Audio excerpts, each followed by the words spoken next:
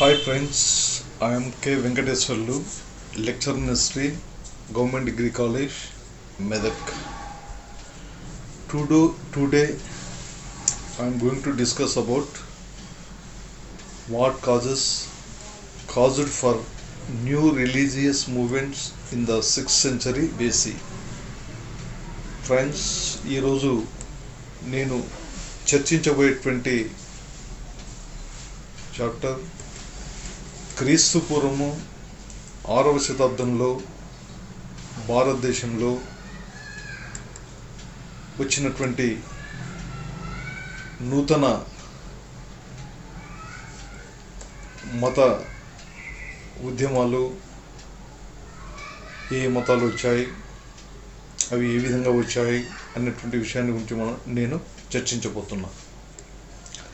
మనందరికీ తెలిసినటువంటి విషయం, క్రీస్తు పూర్వము 6వ శతాబ్దం ఉన్నటువంటిది భారతదేశ చరిత్రలో, అందున ప్రపంచ చరిత్రలో కూడా చాలా ప్రాధాన్యతను సంతరించుకున్నటువంటి కాలం అని చెప్పి కూడా మనం చెప్పవచ్చు. ఎందుకనగా ఈ కాలంలో ప్రధానంగా భారతదేశ విషయంలో 2 రంగాలలో అనేక సంచలనమైనటువంటి మార్పులు వచ్చాయని చెప్పి కూడా మనం చెప్పవచ్చు.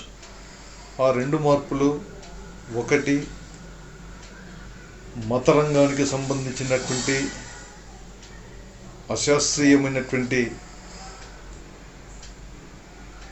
ఆలోచనలు, అశాస్త్రీయమైనటువంటి పద్ధతుల స్థానంలో భారతదేశంలో దాదాపుగా 60 మత శాఖలు జన్మించడం కూడా జరిగిందని చెప్పొచ్చు.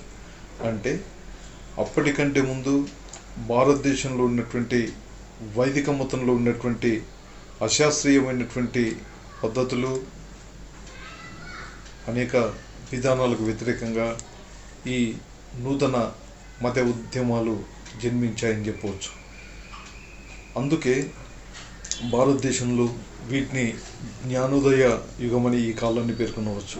అంటే క్రీస్తు పూర్వం 6వ శతాబ్దాన్ని భారతదేశంలో జ్ఞానోదయ యుగంగా కూడా పేర్కొనవచ్చు. ఇక భారతదేశ విషయంలో రెండవ ప్రధానమైనటువంటి మార్పు రాజకీయ రంగంలో రావడం జరిగిందని చెప్పి కూడా చెప్పవచ్చు.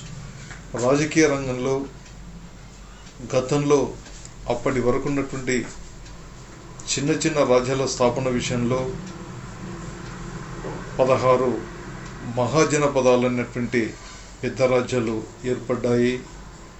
మరి 16 మహాజనపదాలు అన్నటువంటివి ఆనాడు భారతదేశంలో రాజకీయ రంగంలో వచ్చినటువంటి చాలా పెద్ద మార్పులు అని చెప్పి కూడా మనం చెప్పవచ్చు. అంటే ఈ విధంగా క్రీస్తు పూర్వం 6వ శతాబ్దం ఉన్నటువంటిది భారతదేశంలో గంగా మైదాన ప్రాంతంలో వచ్చినటువంటి చాలా బృహత్తరమైనటువంటి మార్పులు అని చెప్పవచ్చు. రాజకీయ రంగంలో మరియు ఆధ్యాత్మిక మత రంగంలో ఈ 2 మార్పులు రావడం జరిగింది. అదేవిధంగా ప్రపంచ విషయానికి వస్తే క్రీస్తు పూర్వం 6వ శతాబ్దం ఉన్నటువంటిది ప్రపంచంలో ముఖ్యంగా మరి చైనా దేశంలో ఆనాడు కన్ఫ్యూషియస్ అన్నటువంటి ప్రవక్త దార్శనికుడు మరి కన్ఫ్యూజనిజం అటువంటి సిద్ధాంతాన్ని కూడా ఏర్పాటు చేశాడు. ఈ కన్ఫ్యూషియస్ సిద్ధాంతం అన్నటువంటిది ఆనాడు మనిషి అన్నటువంటి వ్యక్తి సమాజంలో ఏ విధమైనటువంటి సాంఘిక ప్రవర్తన, నైతిక ప్రవర్తన, సత్ప్రవర్తన, చక్కటి జీవన విధానం, ఏ విధంగా మనిషి నైతిక దృష్టితో, నైతిక భావాలతో, నైతిక జీవన విధానాన్ని గడపాలన్నటువంటి భావనతో కన్ఫ్యూషియస్ సిద్ధాంతాన్ని కూడా ప్రవేశపెట్టినటువంటి దార్శనికుడిగా చెప్పవచ్చు. అదేవిధంగా ఇరాన్ దేశంలో జతురాష్ట్రుడు అనేటువంటి వ్యక్తి జొరాస్ట్రియన్ అనేటువంటి మతాన్ని కూడా స్థాపించాడని చెప్పవచ్చు. అంటే ఈ విధంగా ప్రపంచంలో క్రీస్తుపూర్వం 6వ శతాబ్దం ఉన్నటువంటిది చాలా ఈ 6వ శతాబ్ద 2వ పాదంలో మరి చాలా ముఖ్యమైనటువంటి సంఘటనలు చోటు చేసుకున్నామని చెప్పవచ్చు. ఇక భారతదేశ విషయానికి వస్తే మరి భారతదేశంలో అప్పటి వరకు వైదిక మతం ఉందని చెప్పి వైదిక మతం ఉన్నట్లు మనందరూ కూడా తెలుసు. ఈ వైదిక మతం ఉన్నటువంటిది క్రీస్తుపూర్వం 1500 ప్రాంతంలో భారతదేశంలో పంజాబ్ రాష్ట్రంలో ఉన్నటువంటి సప్తసింధు ప్రాంతంలో ఉన్నటువంటి ప్రాంతంలో ఆర్యులు అనేటువంటి వ్యక్తులు ఈ వైదిక మతంతో హిందూ మతాన్ని స్థాపించడం, మరి అనేక పూజా విధానాలు, కర్మకాండలు, వైదిక సాహిత్యం, గ్రంథాలు ఇవన్నీ వీటన్నింటి ద్వారా కూడా మరి చాలా ప్రాచుర్యం లేకపోవడం జరిగిందని చెప్పవచ్చు. మరి ఇలాంటి పరిస్థితుల్లో క్రీస్తు పూర్వము 1500 నుంచి మరి వైదిక మతంలో చోటు చేసుకున్నటువంటి అనేక అశాస్త్రీయమైనటువంటి విధానాలు, అంటే ప్రముఖంగా పూజా విధానం, అదేవిధంగా యజ్ఞయాగాదులు, క్రతువులు, సమాజంలో చోటు చేసుకున్నటువంటి వర్గ విభజన, అదేవిధంగా కులాలు పుట్టగొడుగుల జన్మించడం, అంటే ఈ విధమైనటువంటి అనేక అసమానతల వల్ల, అశాస్త్రీయమైనటువంటి విధానాల వల్ల మరి క్రీస్తుపూర్వం 6వ శతాబ్దంలో దాదాపుగా గంగా మైదాన ప్రాంతంలో దాదాపుగా 60 మతశాఖలు వచ్చాయని చెప్పి కూడా మనం చెప్పవచ్చు. ఈ 60 మతశాఖలలో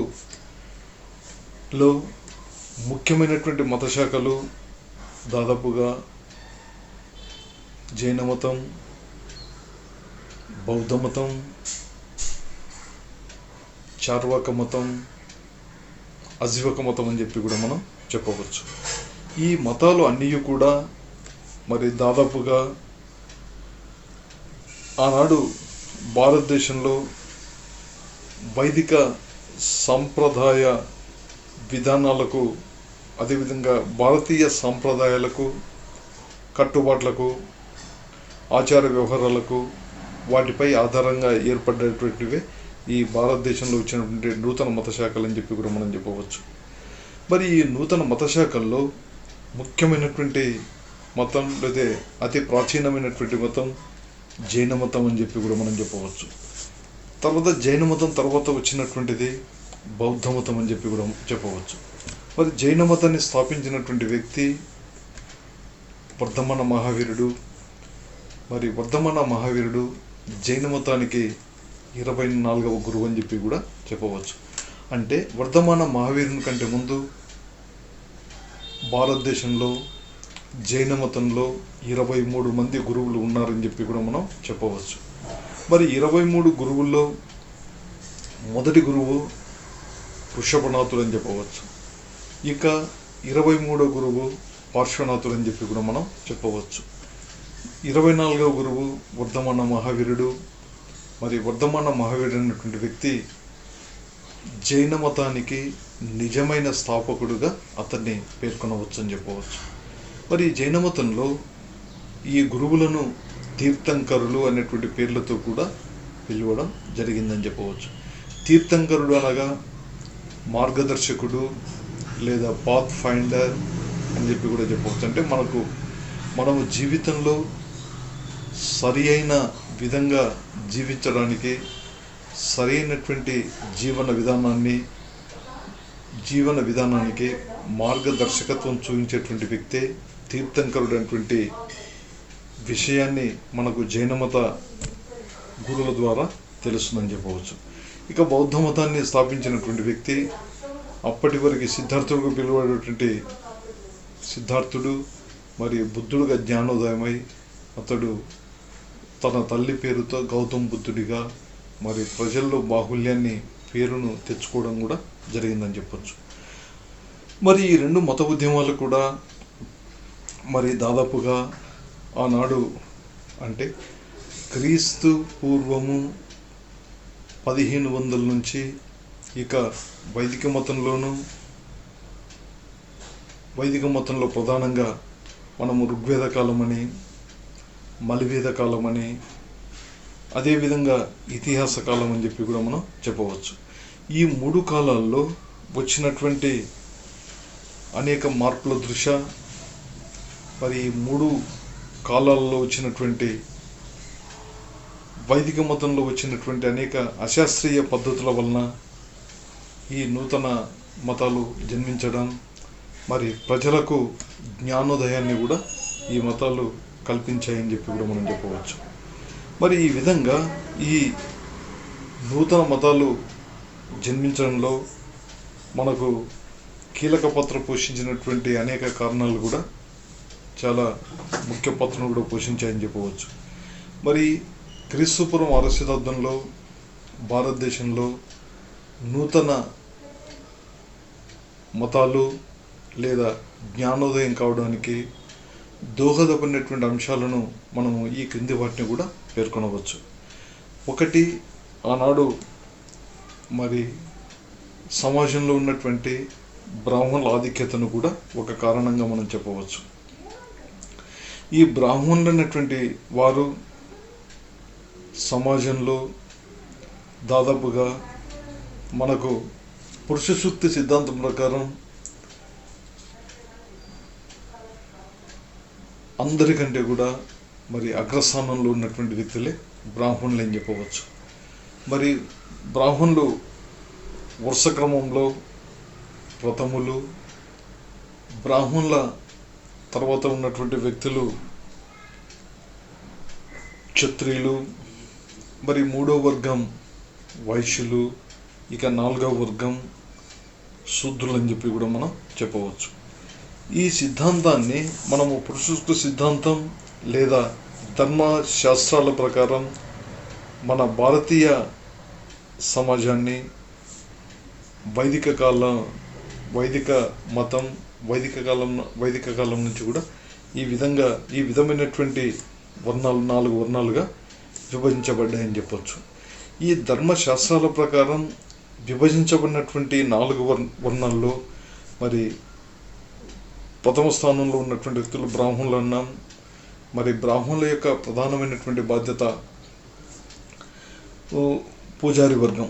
అంటే ఆనాడు సమాజంలో అన్ని రకాలైనటువంటి దేవతలకు సంబంధించినటువంటి పూజా కార్యకలాపాలు, అదేవిధంగా పూజలు చేయడం, తర్వాత సమాజంలో ప్రజలకు విద్యను బోధించడం, అదేవిధంగా యజ్ఞ యాగాదులను చేయడం, ఇక సమాజంలో అన్ని వర్గాల కంటే కూడా మరి బ్రాహ్మణులకు అందరికంటే కూడా ప్రత్యేక హోదా, ప్రత్యేక గౌరవం వాళ్ళకు ఉంది. మరి వీళ్ళంతా కూడా సమాజంలో చాలా ప్రివిలైజ్డ్ సెక్షన్గా వీళ్ళంతా కూడా గుర్తించబడ్డారని చెప్పి కూడా మనం చెప్పవచ్చు. ఇక ఈ హోదా ఉండడమే కాకుండా ఆనాడు రాజ్యంలో మరి ప్రజల నుంచి, సంపన్నుల నుంచి అనేక విధాలైనటువంటి దాన ధర్మాలను కూడా ఈ బ్రాహ్మణులు స్వీకరించేవారని చెప్పి మనం చెప్పవచ్చు. అంటే దాదాపుగా అన్ని రకాలైనటువంటి ధనాన్ని, మరి గోవులను, ఈ విధమైనటువంటి సంపదను రాజులు లేకపోతే సమాజంలో ఉన్నటువంటి పై తరగతుల ప్రజలు బ్రాహ్మణులకు దానాల రూపంలో ఇవ్వడం జరిగేది. ఆ దానాలను వీళ్ళు స్వీకరించడం, అదేవిధంగా ప్రజల నుంచి ప్రభుత్వం ప్రజలు ప్రభుత్వానికి చెల్లించేటువంటి పన్నుల నుండి కూడా మరి ఈ బ్రాహ్మణులకు మినహాయింపు ఉండేదని చెప్పి కూడా మనం చెప్పవచ్చు. అంటే ఈ విధంగా ఆనాడు సమాజంలో ఈ ధర్మశాస్త్ర ప్రకారం మరి బ్రాహ్మణులు అన్నటువంటి వ్యక్తులు ఈ విధమైనటువంటి అన్ని రకాలైనటువంటి ప్రయోజనాలను మరి హక్కులను పొందుతూ సమాజంలో మిగిలిన వర్ణాల కంటే కూడా మరి ఒక అగ్రస్థానంలో ఉన్నటువంటి వర్గంగా ఒక వీరంతా కూడా బ్రాహ్మణులు చిత్రీకరించబడ్డారని చెప్పి మనం చెప్పవచ్చు. అంటే ఆనాడు ఈ వర్ణ వ్యవస్థ ప్రకారం ఉన్నటువంటి బ్రాహ్మణ, క్షత్రియ, వైశ్య, శూద్రులైనటువంటి వర్గాల అన్నింటిలో కంటే కూడా మరి బ్రాహ్మణులు అన్నటువంటి వాళ్ళు అన్ని రకాలైనటువంటి గౌరవ మర్యాదలు, అన్ని రకాలైనటువంటి హక్కులను, ప్రాధాన్యతను మరి వర్ణ వ్యవస్థలో వర్ణంగా వీరు చిత్రీకరించబడ్డారని చెప్పి కూడా మనం చెప్పవచ్చు. అంటే ఆనాడు సమాజంపై పూర్తి పెత్తనం, పూర్తి ఆధిక్యత, పూర్తి అధికారం లాంటివన్నీ కూడా ఈ బ్రాహ్మణులకే ఉండేవి. కాబట్టి మరి బ్రాహ్మణులకి ఈ విధంగా ఉన్నటువంటి బ్రాహ్మణుల యొక్క ఆధిక్యాన్ని, బ్రాహ్మణుల యొక్క సుప్రమసిని, బ్రాహ్మణుల యొక్క గొప్పతనాన్ని ఆనాడు బ్రాహ్మణుల తర్వాత ఉన్నటువంటి వివిధ వర్ణాల్లో వారంతా కూడా, ఆ ప్రజలంతా కూడా వీరి ఆధిక్యతను నిరసించారని చెప్పవచ్చు. అడుగడుగున మరి సమాజంలో ఉన్నటువంటి క్రింది వర్గాల ప్రజలంతా కూడా వీరి యొక్క ఆధిక్యతను నిరసిస్తూ మరి వారి యొక్క వైఖరికి వ్యతిరేకంగా వీరు ప్రయత్నాలు చేస్తూ వచ్చారని చెప్పి మనం చెప్పవచ్చు. అంటే ఈ విధంగా క్రీస్తుపూర్వం 6వ శతాబ్దంలో భారతదేశంలో జైన, బౌద్ధ మతాలు ఇక ఇతర మతాలు జన్మించడానికి ఈ విధంగా బ్రాహ్మణుల యొక్క ఆధిక్యత అన్నటువంటిది కీలక పాత్ర పోషించిందని చెప్పి కూడా మనం చెప్పవచ్చు. ఇంకా రెండవది వర్గ సంఘర్షణ. ఈ వర్గ సంఘర్షణ అన్నటువంటిది ఆనాడు మరి బ్రాహ్మణుల తర్వాత వర్ణ వ్యవస్థ ప్రకారం రెండవ స్థానంలో ఉన్నటువంటి వ్యక్తులు మరి క్షత్రియులు అని చెప్పి కూడా మనం చెప్పవచ్చు. ఈ క్షత్రియులు అనేటువంటి వాళ్ళు ఆనాడు సమాజంలో ఉన్నటువంటి అన్ని రకాల ప్రజలకు రక్షణలు కల్పించడం, అదేవిధంగా వారిని పరిపాలించడం, ప్రజల యొక్క ధనానికి, ప్రజల యొక్క ప్రాణానికి, ఇతర శత్రువుల నుంచి మరి ప్రజలను కాపాడుతూ వాళ్ళ యొక్క ధనాన్ని రక్షిస్తూ మరి ఎల్లవేళలా కంటికి రెప్పలా ఆనాటి సమాజంలో ఉన్నటువంటి అందరినీ కూడా కాపాడేటువంటి వర్గం ప్రజలని చెప్పి క్షత్రియులని చెప్పి మనం చెప్పవచ్చు. మరి ఇలాంటి క్షత్రియులు ఆనాడు సమాజంలో వర్ణ వ్యవస్థలో బ్రాహ్మణుల తర్వాత వచ్చేటువంటి రెండవ వర్గం అని చెప్పి మనం చెప్పవచ్చు. అంటే క్షత్రియులు మరి రాజ్యాధికారం వారికి కలిగి ఉన్నప్పటికీ, క్షత్రియులు పాలకులు అయినప్పటికీ కూడా మరి బ్రాహ్మణుల కిందనే ఈ క్షత్రియులు కూడా వచ్చేవాళ్ళని చెప్పి కూడా మనం చెప్పవచ్చు.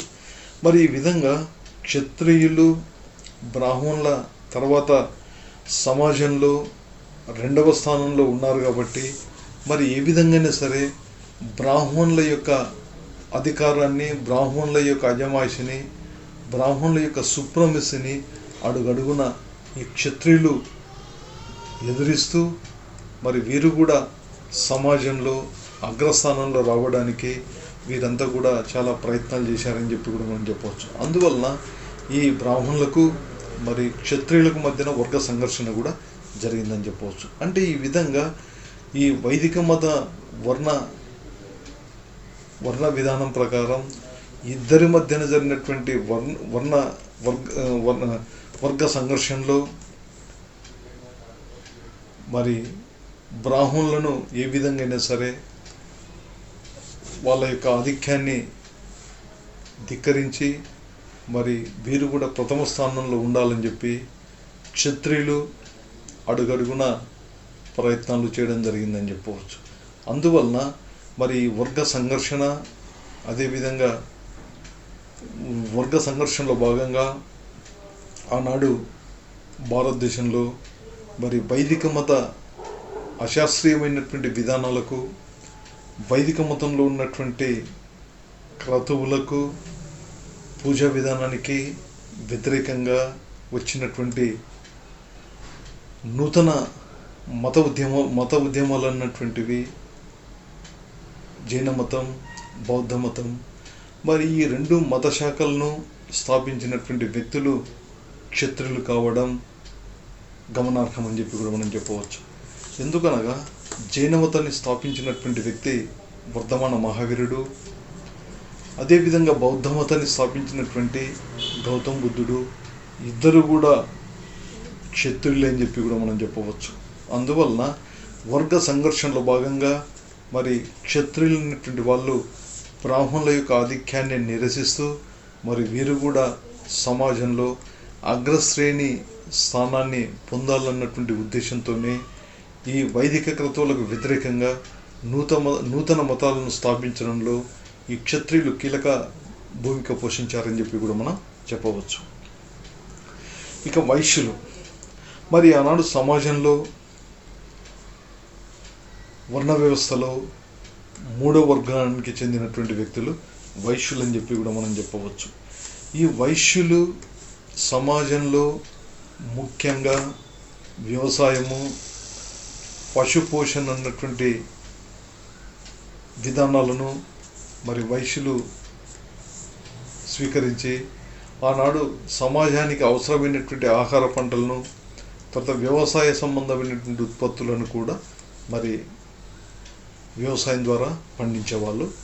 ఇక సమాజంలో వ్యాపార సంబంధమైనటువంటి కార్యకలాపాలను కూడా ఈ వైశ్యులు నిర్వహిస్తూ, అదేవిధంగా వ్యవసాయంతో అనుసంధానమైనటువంటి పశువుల పెంపకాన్ని, పశువుల పోషణను కూడా వైశ్యులు నిర్వహించే వాళ్ళని చెప్పి కూడా మనం చెప్పవచ్చు. ఈ విధంగా వైశ్యులు మరి వ్యవసాయాన్ని, పశుపోషణను చేస్తూ ఆనాడు రాజ్యానికి అధిక పన్నులను కూడా చెల్లించేవాళ్ళు. మరి పన్నులు అనేటువంటివి ఆనాడు రాజ్యానికి వచ్చేటువంటి ప్రధానమైనటువంటి ఆదాయంలో మరి పన్నులు కీలక పాత్ర పోషించేవని, పన్నులే అధిక మొత్తం ఆదాయాన్ని కూడా చేకూర్చేవని చెప్పి కూడా మనం చెప్పవచ్చు. అంటే ఈ విధంగా ఆనాడు సమాజంలో వైశ్యుల వ్యాపార రంగాల్లో ఉన్నటువంటి ప్రావీణ్యత ఉన్నటువంటి వాళ్ళంతా కూడా మరి సమాజంలో క్షత్రియుల తర్వాత కూడా స్థానాన్ని ఆక్రమించి వీరు కూడా మరి సమాజంలో కీలక పాత్ర పోషిస్తూ నూతన మతాలు జన్మించడానికి ఈ వర్గం కూడా చాలా ప్రయత్నం చేసిందని చెప్పి కూడా మనం చెప్పవచ్చు. ఎందుకనగా ఆనాడు మరి జైన మతానికి ముఖ్యంగా భారతదేశంలో ఉన్నటువంటి వర్తక వ్యాపారులే జైన మతాన్ని వ్యాప్తి చేసేటువంటి విషయంలో కీలక పాత్ర పోషించారని చెప్పి కూడా మనం చెప్పవచ్చు. ఇక ఆనాడు శూద్రుల యొక్క పాత్ర మరి మనందరూ కూడా తెలుసు. వర్ణ సిద్ధాంతం ప్రకారం, పురుష సూక్త సిద్ధాంతం ప్రకారం మరి బ్రాహ్మణ, క్షత్రియ, వైశ్యుల తర్వాత సమాజంలో కీలక పాత్ర పోషించినటువంటి వ్యక్తులు, అదేవిధంగా సమాజంలో చివరి వర్గమే శూద్రులు అని చెప్పి కూడా మనం చెప్పవచ్చు. మరి ఇలాంటి శూద్రులు ఆనాడు వారిలో అనేక కులాలు జన్మించడం, శూద్రులు కులాలు అన్నటువంటివి పుట్టగొడుగుల్లా జన్మించడం కూడా జరిగిందని చెప్పవచ్చు. ఈ పుట్టగొడుగులా జన్మించడమే కాకుండా శూద్రులంతా కూడా మరి తమపై ఉన్నటువంటి మూడు వర్గాల ప్రజలకు అన్ని రకాలైనటువంటి సేవా కార్యకలాపాలు, తర్వాత వాళ్ళ యొక్క వ్యవసాయ భూముల్లోనూ, అదేవిధంగా పంట ఉత్పత్తి విషయంలోనూ గృహ పరిచారకులుగా, గృహాల్లో సేవకులుగా మరి వారికి సంబంధించినటువంటి అన్ని రకాలైనటువంటి పనులను కూడా చేసేటువంటి ఒక క్రింది తరగతి వర్గంగా మరి శూద్రులు చిత్రీకరించబడ్డారని చెప్పి కూడా మనం చెప్పవచ్చు. అదేవిధంగా ఈ శూద్రులు అనేటువంటి వాళ్ళు మరి దిగువ కులాలుగా భావించబడించే మరి వీరంతా కూడా ఎల్లప్పుడూ కూడా సమాజంలో వీరికి గౌరవం అన్నటువంటిది చాలా తక్కువగా ఉంది. కాబట్టి ఆనాటి సమాజంలో ఉన్నటువంటి శూద్రులంతా కూడా చాలా అసంతృప్తితో, చులకన భావంతో, చాలా చిన్న చూపుతో ఉంటూ మరి వారంతా కూడా ఏ విధంగా సరే మరి వైదిక మతంలో ఉన్నటువంటి వర్ణ విధానానికి వ్యతిరేకంగా వీరు కూడా అసంతృప్తితో ఉంటూ మరి నూతనంగా వచ్చిన మతాలకు ఈ శూద్రులు కూడా చాలా సపోర్ట్ చేశారని చెప్పి కూడా చెప్పవచ్చు. అదేవిధంగా మనందరికీ తెలిసినటువంటి విషయం, మరి ఈ కుల వ్యవస్థ అన్నటువంటిది భారత సమాజంలో, భారతదేశంలో చాలా కీలక పాత్ర పోషించిందని చెప్పవచ్చు. ఈ కులం అన్నటువంటిది మనుషులను అనేక విధాలుగా కూడా వర్ణ వ్యవస్థ మనుషుల్ని 4 విధాలుగా విభజిస్తే బ్రాహ్మణ, క్షత్రియ, వైశ్య, శూద్రులుగా, మరి శూద్రులు అన్నటువంటి వాళ్ళు అనేక కులాలు, ఉపకులాలుగా విభజించబడ్డారు. మరి కులాల్లో ఉపకులాలు ఆయా కులానికి కొన్ని ప్రత్యేక లక్షణాలతో కులాలు అన్నటువంటివి ఏర్పాటు కాబడ్డాయి. ఆ కులం వాళ్ళు అదే కులానికి సంబంధించినటువంటి వారిని పెళ్లి చేసుకోవడం, అంటే మ్యారేజెస్ అన్నటువంటివి ఏ కులం వాళ్ళు అయితే అదే కులానికి చెందినటువంటి వ్యక్తులను పెళ్లి చేసుకోవాలి. అదేవిధంగా ఏ కులం వారు అదే కులానికి చెందినటువంటి కుల వృత్తిని స్వీకరించాలి. అదేవిధంగా ఏ కులం వాళ్ళు అదే కుల పద్ధతులను, అదే కుల బాధ్యతలను, అదే కులానికి సంబంధించినటువంటి విధులను ఆ కులస్తులు పాటించాలి. అదేవిధంగా ఆ కులం వాళ్ళు అదే కులం వ్యక్తులతోనే సహపంక్తి భోజనాలు చేయాలి అన్నటువంటి విధంగా మరి ఆ వైదిక మతానంతరం భారతదేశంలో ఈ విధంగా కుల వ్యవస్థ అన్నటువంటిది ఒక వికృత రూపాన్ని పొంది మరి సమాజంలో ఉన్నటువంటి మనుషులను కుల భావనచే, కుల పద్ధతులచే, కుల విభజనచే మరి మనుషులంతా కూడా అనేక కులాల వ్యక్తులుగా విభజించబడ్డారని చెప్పి కూడా మనం చెప్పవచ్చు. ఇక అదేవిధంగా ఆనాడు హిందూ మతానికి సంబంధించినటువంటి క్రతువులు, తర్వాత కర్మకాండలు, పూజా విధానం కూడా చాలా అశాస్త్రీయమైనటువంటిది. ఆనాడు ఈ పూజా విధానంలో మరి దేవతలను చేరుకోవడానికి పెద్ద ఎత్తున జంతువులను కూడా ఇచ్చేవాళ్ళు. మరి జంతుబళ్ళు ఇవ్వడం వల్ల ఆనాడు ఈ జంతుబళ్ళ ద్వారా మరి మన భారతదేశంలో అశేషమైనటువంటి పశువులు కూడా తగ్గిపోయాయని చెప్పి కూడా మనం చెప్పవచ్చు. అదేవిధంగా ఈ హిందూ మతంలో ఉన్నటువంటి క్రతువులు, యజ్ఞయాగాదులు, పూజా విధానం చేసిన వాళ్ళకే మోక్షము వస్తుందన్నటువంటి ఒక నమ్మకాన్ని కూడా క్రియేట్ చేశాయి వైదిక మతం. మరి ఈ విధంగా ఆనాడు సమాజంలో ఉన్నటువంటి అన్ని వర్గాల ప్రజలంతా కూడా మరి ఈ విధమైనటువంటి పూజా విధానం, అదేవిధంగా జంతుబళ్ళు, మరి క్రతువులు, ఇవన్నీ కూడా చేయడానికి అందరికి కూడా సరిపోయినటువంటి ఆర్థిక స్తోమత లేదని చెప్పి కూడా మనం చెప్పవచ్చు. అదేవిధంగా వైదిక మతంలో ఉన్నటువంటి పూజా విధానం అన్నటువంటిది, అదేవిధంగా యజ్ఞయాగాదులు, తర్వాత జంతువులను బలి ఇవ్వడం, ఈ విధమైనటువంటి పూజా విధానం అనేటువంటిది చాలా పెద్ద మొత్తంలో, అధిక మొత్తంలో, అదేవిధంగా దుబారా ఖర్చుతో కూడుకున్నటువంటి, అంటే చాలా ఎక్స్పెన్సివ్తో కూడుకున్నటువంటి పూజా విధానం అని చెప్పవచ్చు. మరి ఈ విధంగా ఈ ఎక్స్పెన్సివ్తో కూడుకున్నటువంటి పూజా విధానం అన్నటువంటిది ఆనాడు భారతదేశంలో ఉన్నటువంటి క్రింది వర్గాల ప్రజలకు ఈ పూజా విధానం ద్వారా మరి దేవుని చేరుకోవడం, అదేవిధంగా మోక్షాన్ని చేరుకోవడం, తర్వాత ఈ పూజలను నిర్వహించడం అన్నటువంటిది చాలా కష్టసాధ్యం అని చెప్పి కూడా మనం చెప్పవచ్చు. అంటే ఈ విధంగా మరి వైదిక మతంలో ఉన్నటువంటి పూజా విధానం, అశాస్త్రీయమైనటువంటి విధానాలు, జంతుబళ్ళు, కర్మకాండలు, అధిక ఖర్చుతో కూడుకున్నటువంటి పూజా విధానం, ఇవన్నీ కూడా మరి ఆనాడు భారతదేశంలో ఉన్నటువంటి సమస్త ప్రజానీకానికి ఈ పూజా విధానం ఉన్నటువంటిది ఇది అందుబాటులో లేదు. కాబట్టి మరి ఆనాడు బ్రాహ్మణులు, క్షత్రుల అనంతరం ఉన్నటువంటి వ్యక్తులంతా కూడా మరి సమాజంలో చివరిగా ఉన్నటువంటి శూద్రవర్గం అంతా కూడా ఈ విధమైనటువంటి పూజా విధానానికి చాలా దూరమైందని చెప్పి కూడా మనం చెప్పవచ్చు. దూరమై మరి ఒక విధమైనటువంటి అసంతృప్తితో వీరంతా కూడా మరి నూతనంగా వచ్చినటువంటి జైన బౌద్ధ మతాలకు స్వాగతం పలికారని చెప్పి కూడా మనం చెప్పవచ్చు. ఇక అదేవిధంగా స్త్రీ పురుషుల మధ్యన కూడా సమానత్వం లేకపోవడం. మరి మనం గతంలో ఋగ్వేద కాలం, ఇతిహాస కాలం, అదేవిధంగా పురాణాల్లో అయితే మలివేద కాలం, ఋగ్వేద కాలం, మలివేద కాలం, ఇతిహాస పురాణాల కాలంలో మనం పరిశీలిస్తే ఋగ్వేద కాలంలో స్త్రీలు అన్నటువంటి వాళ్ళు పురుషులతో సమానంగా అన్ని రకాలైనటువంటి యజ్ఞ యాగాదులు, క్రతువులు, విద్యా సంబంధమైనటువంటి సమావేశాలు, ఇక అన్ని ప్రముఖమైనటువంటి సమావేశాల్లో కూడా పురుషులతో సమానంగా స్త్రీలు పాల్గొనేవాళ్ళు. మరి స్త్రీకి పురుషులతో సమానమైనటువంటి గౌరవ మర్యాదలు, సమాన స్థాయి, సమాన హోదా సమాజంలో ఉండేది అన్నాడు. కానీ మలివేద కాలం వచ్చేప్పటికల్లా కూడా మరి స్త్రీల యొక్క స్థాయి విషయంలో, వాళ్ళ యొక్క హక్కుల విషయంలో కొద్దిగా అనేక అడ్డంకులు ఏర్పాటు చేయబడ్డాయని చెప్పచ్చు. అయినప్పటికీ కూడా గార్గి లాంటి మహిళలు మరి ఆనాడు ఉన్నత విద్యను కూడా అభ్యసించారని చెప్పవచ్చు. ఇక మనం ఇతిహాసాల విషయానికి వస్తే మరి ఆనాడు భారతదేశంలో ఇతిహాసాలైనటువంటి ప్రసిద్ధ ఇతిహాసాలు రామాయణము, మహాభారతాలను కూడా పేర్కొనవచ్చు.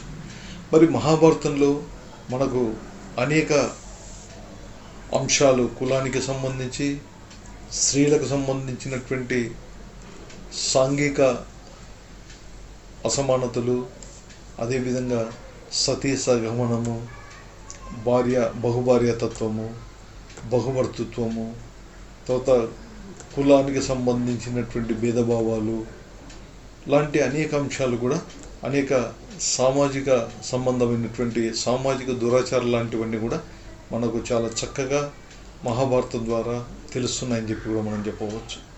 అంటే ఈ విధంగా ఆనాడు భారతదేశంలో మరి ఈ విధమైనటువంటి విధానాల ద్వారా సమాజంలో మరి మనకు అనేక విధాలైనటువంటి భేదభావాలు ఇవన్నీ కూడా కనపడుతున్నాయని చెప్పి కూడా మనం చెప్పవచ్చు. ఇక అదేవిధంగా ఈ సమయంలోనే మనం చెప్పాం గతంలో మలివేద కాలం వచ్చేప్పటికల్లా కూడా మరి గంగా మైదాన ప్రాంతంలో ఈ వ్యవసాయం అన్నటువంటిది చాలా ప్రగతి పథంలో మరి అభివృద్ధి చెందుతుందని చెప్పి కూడా మనం చెప్పవచ్చు. ఈ కాలంలో ఇనుము లోహాన్ని వాడుకలోకి రావడం, మరి ఇనుము వాడుకతో అనేక వ్యవసాయ సంబంధమైనటువంటి వ్యవసాయ పనిముట్లను రూపొందించడం, తర్వాత అడవులను నరికి మరి నూతన వ్యవసాయాన్ని కూడా ఏర్పాటు చేయడం జరిగిందని చెప్పి కూడా మనం చెప్పవచ్చు. అంటే ఈ విధంగా క్రీస్తుపూర్వం 6వ శతాబ్దంలో ఆనాడు భారతదేశంలో మరి వ్యవసాయ రంగం అన్నటువంటిది చాలా ప్రగతి పథం వైపు నడుస్తుంది. మరి వ్యవసాయం అన్నటువంటిది ఎక్కువ శాతం మనం ఇంతకుముందు గతంలో చెప్పాం, వర్తకులు అయినటువంటి వైశ్యులు వ్యవసాయాన్ని ప్రోత్సహించేవాళ్ళు. మరి వ్యవసాయమే వారి యొక్క ప్రధానమైనటువంటి వృత్తి అని చెప్పి కూడా మనం చెప్పవచ్చు. అంటే ఈ విధంగా ఎప్పుడైతే సమాజంలో మరి వ్యవసాయ రంగం ప్రగతి పథం వైపు నడవడం, అదేవిధంగా వ్యవసాయంతో మరి ఇనుము పనిముట్లు, అదేవిధంగా పశువుల యొక్క అనుసంధానంతో వ్యవసాయ రంగం ఉన్నటువంటిది మరి అనేక ప్రాంతాల్లో కూడా విస్తరించిందని చెప్పవచ్చు. మరి వ్యవసాయంలో మనం గతంలో చెప్పాం, ఇనుప నాగళ్ళు, అదేవిధంగా ఇనుప వస్తువులు, మరి ఎద్దులు, బండ్లు, ఆవులు, ఇవన్నీ కూడా మరి ఆనాడు వ్యవసాయానికి చాలా ప్రధానమైనటువంటి సాధనాలు అని చెప్పి మనం చెప్పవచ్చు. మరి వ్యవసాయ రంగం ద్వారా చాలా పెద్ద ఎత్తున ఆహారాన్ని ఉత్పత్తి చేయడం, మరి సమాజంలో ఉన్నటువంటి ప్రజలకు సంబంధించినటువంటి ఆహారాన్ని అంతా కూడా ఉత్పత్తి చేసేటువంటి ఒక పెద్ద రంగమే వ్యవసాయ రంగం అని చెప్పవచ్చు. మరి ఇలాంటి వ్యవసాయ రంగం అన్నటువంటిది ఖచ్చితంగా మనం చెప్పిన విధంగా పశువులపై, ఎద్దులపై, ఆవులపై ఆధారపడి ఉందన్నాం. మరి ఈ విధంగా ఆధారపడినటువంటి ఈ రంగం ద్వారా ఉత్పత్తి అయినటువంటి ఆహారం ఆనాడు సమాజంలో ఉన్నటువంటి అన్ని వర్గాల ప్రజలకు కూడా ఆహారాన్ని సమకూర్చిందని చెప్పవచ్చు. మరి ఇలాంటి రంగంలో ఈ వ్యవసాయ రంగ నిర్వహణకు మరి ఎద్దులు అన్నటువంటివి చాలా కీలక పాత్ర పోషించాయని చెప్పవచ్చు. మరి అలాంటి ఎద్దులను, అదేవిధంగా పశువులను, ఆవులను కూడా ఆనాడు వాటి యొక్క ఎరువు, తర్వాత వాటికి సంబంధించినటువంటి వ్యవసాయ నిర్వహణ ఇవన్నీ కూడా చాలా చక్కగా నడిచేవని చెప్పేది ఎద్దుల ద్వారా. మరి అలాంటి ఎద్దులను, ఆవులను, పశువులను ఆనాడు వైదిక క్రతువుల్లో చాలా పెద్ద ఎత్తున కూడా వాటిని బల్లుగా ఇవ్వడం జరిగిందని చెప్పొచ్చు. అంటే ఎద్దుల వధ, ఆవుల వధ, మరి జంతువుల వధ కూడా ఇచ్చి, మరి క్షత్రియులు, సమాజంలో ఉన్నటువంటి బ్రాహ్మణులు, క్షత్రులు అనేటువంటి వాళ్ళంతా కూడా మరి తమకు జరిగినటువంటి విజయాలకు గుర్తుగా, చిహ్నంగా ఈ యజ్ఞయాగాదులు, క్రతువులను నిర్వహించేవాళ్ళు. మరి ఈ క్రతువుల్లో చాలా పెద్ద ఎత్తున ఎద్దులను, ఆవులను బలి ఇచ్చేవాళ్ళని చెప్పొచ్చు. మరి వీటిని బలి ఇవ్వడం వల్ల ఆనాడు ఉత్తర గంగ మైదాన ప్రాంతంలో మరి వ్యవసాయ నిర్వహణలో ప్రధానంగా అనేక ఆటంకాలు మరి ఎదురయ్యాయి మనకి. అంటే ప్రధానంగా వ్యవసాయ ఉత్పత్తి తగ్గిపోయిందని చెప్పొచ్చు. మరి ఎప్పుడైతే వ్యవసాయ ఉత్పత్తి తగ్గిపోయిందో ఆనాడు ఉత్తర భారతదేశంలో ప్రజలకు ఈవెన్ తినడానికి కూడా ఆహారం ఉన్నది కూడా లేకుండా పోయిందని చెప్పొచ్చు. మరి ఎప్పుడైతే తినడానికి ఆహారం కూడా లేకుండా అయిపోయిందో అప్పుడే ప్రజల్లో ఒక విధమైనటువంటి అసంతృప్తి, ఒక విధమైనటువంటి అన్రెస్ట్, ఒక విధమైనటువంటి వ్యతిరేకత ఈ వైదిక క్రతువుల పట్ల, వైదిక అశాస్త్రీయమైనటువంటి విధానాల పట్ల, వైదిక యజ్ఞయాగాదుల పట్ల కూడా ప్రజల్లో నిరసన వచ్చిందని చెప్పొచ్చు. మరి ఈ నిరసనలో భాగంగా ఆనాడు మరి మనం చెప్పాం, వర్ణ వ్యవస్థ ప్రకారం సమాజంలో బ్రాహ్మణ, క్షత్రుల తర్వాత 3వ వరుసలో ఉన్నటువంటి వైశ్యులు ప్రధానంగా ఈ వైదిక క్రతువులను, వైదిక యజ్ఞయాగాదులను కూడా చాలా బహిరంగంగా వీళ్ళంతా కూడా వ్యతిరేకించారని చెప్పి కూడా మనం చెప్పవచ్చు. మరి ఎప్పుడైతే వీరంతా కూడా వ్యతిరేకించారో ఆనాడు సమాజంలో ఉన్నటువంటి అన్ని కులాలు, మరి వర్ణాలు, వీళ్ళు కూడా మరి వారికి మద్దతు తెలిపి మరి వైదిక క్రతువులకు, వైదిక మతంలో ఉన్నటువంటి కర్మకాండల పట్ల వీరంతా కూడా నిరసించి మరి నూతనంగా వచ్చినటువంటి మతాల పట్ల వీళ్ళంతా కూడా స్వాగతం పలికారని చెప్పి కూడా మనం చెప్పవచ్చు. ఈ విధంగా ఆనాడు మరి భారతదేశంలో వర్ణ సిద్ధాంతం ప్రకారం అగ్రస్థానంలో ఉన్నటువంటి బ్రాహ్మణులు కూడా ఈ విధంగా వచ్చినటువంటి వైదిక మతంలో వచ్చినటువంటి అశాస్త్రీయమైనటువంటి విధానాలకు వ్యతిరేకంగా మరి నూతన మతాలు జన్మించడానికి, ఈవెన్ బ్రాహ్మణులు కూడా మరి ఆనాడు వైదిక మతానికి వ్యతిరేకంగా వచ్చినటువంటి సంస్కరణ ఉద్యమంలో భాగంగా వీరంతా కూడా తమ సంపూర్ణమైనటువంటి మద్దతును కూడా తెలియజేశారని చెప్పి కూడా మనం చెప్పవచ్చు. అంటే ఈ విధంగా క్రీస్తుపూర్వం 6వ శతాబ్దంలో మరి భారతదేశంలో మనం చెప్పిన విధంగా మత రంగంలో, ఆధ్యాత్మిక రంగంలో వచ్చినటువంటి ఈ అచంచలమైనటువంటి మార్పులకు ఈ మనం చెప్పినటువంటి కారణాలని ప్రధానమైనటువంటి కారణాలని చెప్పి కూడా మనం చెప్పవచ్చు. మరి వీటిలో ఈ మత ఉద్యమాలన్నీ కూడా దాదాపుగా వైదిక మతంలో ఉన్నటువంటి కర్మకాండలు మతతత్వానికి వ్యతిరేకంగా వచ్చినటువంటివి అని చెప్పి కూడా మనం చెప్పవచ్చు. ఇక ఈ 2 మతాలు అంటే బౌద్ధ మతం, జైన మతం కూడా మరి ఆనాడు పెద్ద మొత్తంలో అధిక ఖర్చుతో కూడినటువంటి వైదిక మత కర్మకాండాలు అన్నింటినీ కూడా మనం చెప్పాం. గతంలోనే వైదిక మత కర్మకాండాలకు వ్యతిరేకంగా వచ్చినటువంటివే ఈ నూతన మతాలని చెప్పి కూడా మనం చెప్పవచ్చు. మరి అదేవిధంగా ఈ వైదిక మతం ఆనాడు భారతదేశంలో సృష్టించినటువంటి అసమానతలను, వర్ణ వ్యవస్థను తొలగించి ఆనాడు సమాజంలో అందరి పట్ల కూడా సమానంగా అందరినీ చూస్తూ సోదరభావంతో మరి సామరస్యంగా ప్రజలందరి యొక్క అభిమానాన్ని కూడా ఈ 2 మతాలు చూరగొన్నాయని చెప్పి కూడా మనం చెప్పవచ్చు. అదేవిధంగా ఈ 2 మతాలు కూడా మరి ఆనాడు వైదిక మత కర్మకాండలు, వైదిక మతం విభజన వల్ల మరి సమాజంలో వచ్చినటువంటి ప్రజల యొక్క బాధలకు మూల కారణాలను అన్వేషించి ఆ కర్మకాండలను నివారిస్తూ మరి ఈ రెండు మతాలు కూడా ఏ విధంగా అయితే వైదిక మత కర్మకాండల వల్ల, పూజా విధానం వల్ల ప్రజల్లో వచ్చినటువంటి అసంతృప్తిని తొలగించి, మరి ప్రజల యొక్క ఈతి బాధలను తొలగించి ఈ రెండు మతాలు కూడా వారికి దగ్గరయ్యాయని చెప్పి కూడా మనం చెప్పవచ్చు. అదేవిధంగా మనకు ఆనాడు మరి భారతదేశంలో ఈ జైన మతం వచ్చిందన్నాం. ఈ జైన మతానికి సంబంధించినటువంటి జైన వాస్తుకు సంబంధించి భారతదేశంలో అనేక ప్రాంతాల్లో కూడా జైన మత ఆలయాలు ఇవన్నీ కూడా వచ్చాయని చెప్పవచ్చు. మరి జైన మతానికి సంబంధించిన ప్రధాన ఆలయాలు మనకు ముఖ్యంగా రాజగిరి, మధుర, శ్రావణ బెల్గోళ, మౌంట్ అబు, అదేవిధంగా కందగిరి, హతిగుంఫ గుహలు, ఉదయగిరి సింహ గుహలు మనకు జైన మతానికి సంబంధించిన వాస్తుకు సంబంధించిన అనేక కట్టడాలు కూడా అనిపిస్తున్నాయని చెప్పవచ్చు. ఇక అదేవిధంగా బౌద్ధ వాస్తుకు సంబంధించి సాంచి, బార్హత్, అమరావతి స్తూపాలు కూడా బౌద్ధ మతానికి సంబంధించినటువంటి వాస్తు సంబంధమైనటువంటి నిర్మాణాలని చెప్పవచ్చు. ఆనాడు మరి ఈ నూతన మతాలు అయినటువంటి బౌద్ధ జైన మతాల్లో బౌద్ధ మతానికి త్రిపిటకాలుగా కూడా మనం వివరించవచ్చు.